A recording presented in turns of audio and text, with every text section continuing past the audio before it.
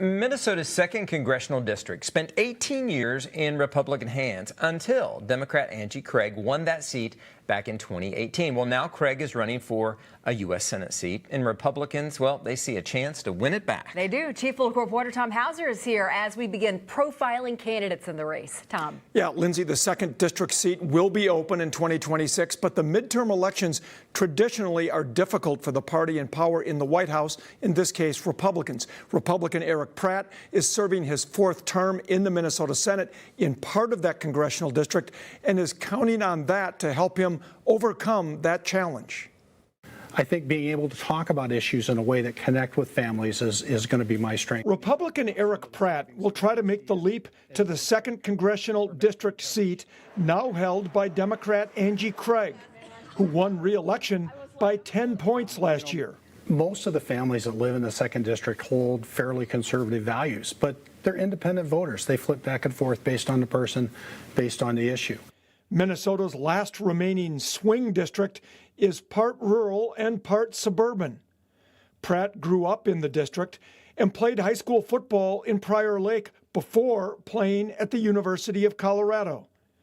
But his roots in the district will likely not be as important as how voters react to the Republicans' big, beautiful budget bill. Had that not passed, we would have seen a tremendous tax increase to every family within the 2nd District and across the state. However, the bill also could cut off Medicaid coverage to thousands of Minnesotans. How are Republicans going to sell that in the district to voters, some of whom may lose their Medicaid coverage? So most of the people that I've talked to support the individual components of the big, beautiful bill.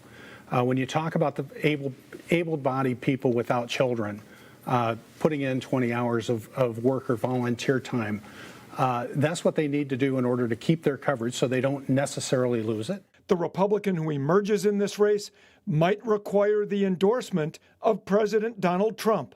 Will you seek his endorsement, and how critical is that?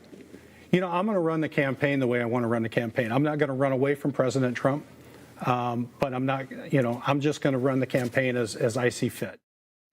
President Trump's approval rating is now under 50% nationally. His endorsement, though, can help a Republican get the nomination to run in the 2nd District, but we won't know until next year if his approval rating improves enough to help win a general election. There are currently 2 Republicans and 2 Democrats running in the 2nd District.